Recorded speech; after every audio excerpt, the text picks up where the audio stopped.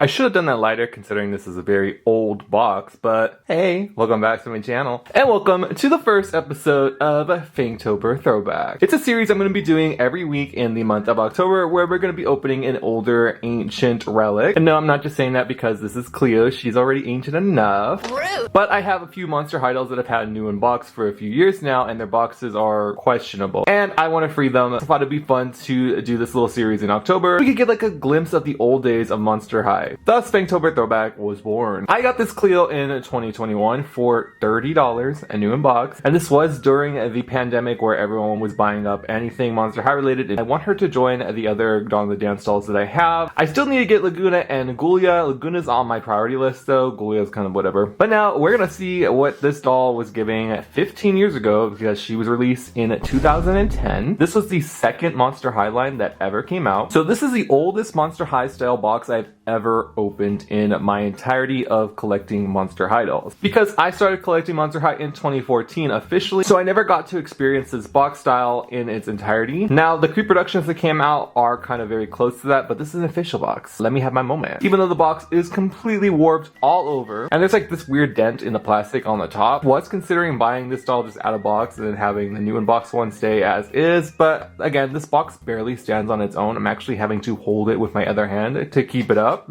So let's look at the box for a little throwback moment and then we can open her. So as you can see, the original window was this little coffin right here. They did later on remove this portion of the box. As much as I love the original box design, it is a bit crowded and a little dark in there. There's a little gem up there that signifies Cleo's. There's the iconic chains that were on every Monster High box, I felt like. And it even says Cleo Denial, daughter of the mummy, and there is her original skelet. And on the lip it says Monster High, Freaky just got fabulous. In the box it does say Dawn of the Dance, but again you can barely see it because of the lip of the binder. And there are two little paper cutouts. And this one's even funnier because you can barely read what it says in there. Frighteningly detailed fashions. Okay. And it says, a party for me you should have, because it's Cleo. She's a narcissist with a heart though, so we love that for her. On one of the sides it says Monster High, and there's a little illustration of Cleo and a skelet. Like I said, this box is so misshapen I'm having to hold it up so it doesn't fall over, because if I don't, yeah. And here is what the back of the box looks like. It says Monster High. It's the biggest party of the year as everybody at Monster High, at least those lucky enough to scare up an invitation, get to show off their most frightfully fabulous fashion. So if you got a wicked sense of style and you're not afraid to party, we're just dying for you to join us. And there's this picture of Deuce. And then here is Cleo's full body illustration, very iconic. Here is the schedule for the Dawn of the Dance. If you want to pause and read this, you can. And you can even see on the bottom, there's a little picture of Gulia and the other three that came out in the main line. I'm honestly really gagged that I'm about to open this doll because she's so old, but I really want to have this Cleo, and I think I've had her one time in my life. Could be wrong. Maybe I'm like gaslighting myself. Like maybe I sold her in a whatnot stream. I don't know, but I feel like I've had her before, or I have some of her pieces in my accessory drawer. One of the two. But now she's officially going to be in my collection for my out-of-box dolls. But anyways, guys, let's open this and we can talk more about Dawn of the Dance as I'm opening the box. I am going to try to preserve the box the best that I can. I don't know if I'm going to be keeping these boxes per se, but I think it'd be fun to just see if we can open this in a demure manner. And yes, not all my lights are on at all the time. That's why those two are dead. Now, I do think I've opened this in the past before just to fix something in the box. I know I did that with Scary Tale Frankie at least. The diaries like to come undone in these dolls boxes usually. This feels so wrong. I'm anti-opening dolls from G1 in general. The box is just so bad. Oh my god. And luckily, every doll I'm going to be unboxing in this series has that exact problem. But I can already see the comments being like, why did you open that doll? Oh my god. And I agree, 100%. Back when Monster High dolls came with little instructions to let you know how to build a stand and to let you know that their arms and their hands come off of them. How cute. Now that we got her out of the box, pretty much, you can actually see like all the stuff she comes with. For 2009, this was a decent amount of stuff, but they definitely were still doing dolls with a lot of accessories. So let's get out her little invitation, which we'll look at once we get into all the stuff she comes with. Some days I wonder if Mattel actually thought that Monster High was going to be like a really big hit. This could have been the last line if it actually failed miserably, which is crazy to think of. But here we are 15 years later and they're still making dolls. There's a whole reboot going on still. Which, by the way, guys, G3 just turned 3 years old. Isn't that crazy? Do we think that G3 has had a Dawn of the Dance equivalent doll line yet? I say that as I forgot that Monster Ball exists, so ignore that comment. Oh yeah, I forgot the bags in this line were like made of fabric. These dolls definitely had a lot of things holding them in, because tell me why this is necessary right here. Like, it's literally like going through hoops just to get her out, which, oh god, that looks uncomfortable. The last thing is pretty much pulling out her extremely gelled bob. Oh my god.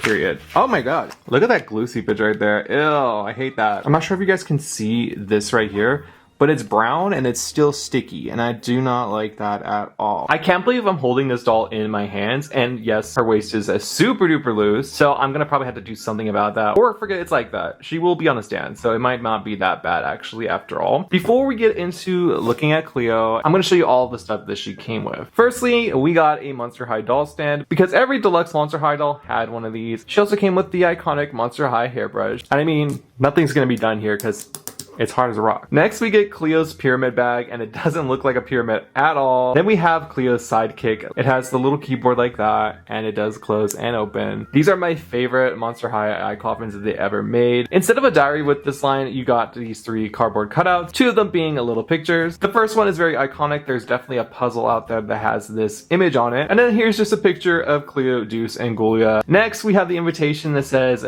"You're invited, but it's gotta be a secret." This is Dawn of the Dance. What? Dawn of the Dance Midnight Dance Party. When? Friday the 13th. Where? Catacombs under Monster High. Dress? Freakishly fabulous fashions are required. But these are such a cute little idea for the Dawn of the Dance dolls, and I really appreciate these. Now we can start looking at Cleo. So one of the first things I noticed is there's this little cut piece of hair. It was like, you know, gelled into the hair. But this is Cleo Denial. Oh my god, I can't believe I'm actually like holding this doll. She's been in her box for so long, and I've had her in my collection now for almost 5 years, so having her out of the box is a little weird. When it comes to my Cleo, I think her face looks pretty good. I think one eye might be a little bit higher, but she isn't looking into directions like most G1 Cleo dolls do, especially the early on ones. But anyways, her hair is gelled. Wait, let me do an ASMR moment.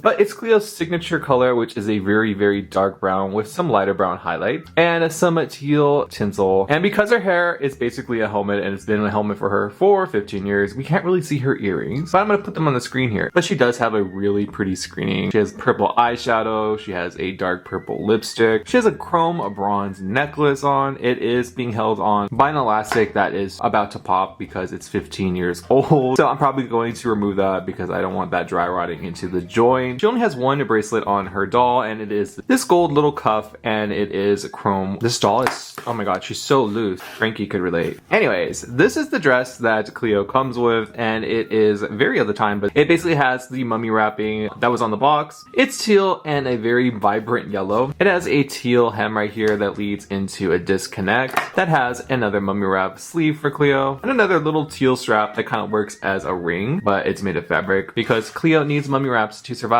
or she will just perish, and she does. Isn't that dark? I love that. And instead of wearing 2 tights, she is only wearing a 1 leg tight, and this is what it looks like. I have actually never seen what this piece looks like. I kind of thought it was connected to the dress this entire time, high key. But it's a metallic polyester, and it looks like a bandage wrap. It's like a goldy bronze kind of color. It doesn't go all the way down to the foot. It is just the leg. This is when dolls had really, really tiny skirts, and I miss this era because it was so fun. And as I mentioned when we were unboxing her, the shoes on this doll are really crazy, but really, really cool. They're like a jade green, but they're chrome and kind of look really dark on camera, but in person they're like really, really bright. But as you can see, they don't have a proper heel, and they kind of have like this incline right here. And they have a little black string with a little bronze diamond gem, whatever you want to call it, kind of just dangling right there. And I think that's actually really, really cool and really unique. That's an object heel done right. But yeah, she's actually a really solid doll. It's very crazy for me to actually be holding this doll because like it feels like a cardinal sin to like even open an older Monster High doll. As I mentioned several times now in this video, all of the boxes of the dolls you're going to be seeing in this throwback series are pretty rough. I still can't get over how her legs are loose even though she's never been played with. But anyways, let me go get her on a stand real quickly and we can like see her all put together, and I'll bring out my Dawn of the Dance collection too so that she's with her friends. Mind you, they do look really bad. Anyways, this is all of my Dawn of the Dance collection. I am missing accessories. Like I'm missing the beaded necklace for Frankie and I believe their bag. I'm missing Deuce's glasses. I believe believe she had a bag, but I could be completely wrong, or I'm thinking of another doll that had a similar bag. And I'm also missing her choker, which is the same as her little coupling. So yeah, it would be nice to eventually one day, first of all, restore these dolls because they are disgusting, and second of all, get them their missing pieces and complete the collection in general. But I am really happy now that I have Cleo out of the box and she can join all her friends, because Frankie's no longer on the shelf due to the Frankie wall, which you guys have not seen yet, and I don't know when I'm going to show you it. That was really fun opening an old Monster High doll, especially because this doll is 15 years old. I'm going to keep saying that because I want you to feel old, because I feel old. I think Monster High needs to reproduce this collection just because it is really iconic, and we can get versions that don't have discoloring and obviously complete the collection. I'm happy I opened her. I'm happy that I didn't pay so much money for her. Which one was your favorite growing up or your favorite currently? Mine will always be the Frankie, obviously. It's very iconic. It's the one time I'm okay with Frankie wearing pink.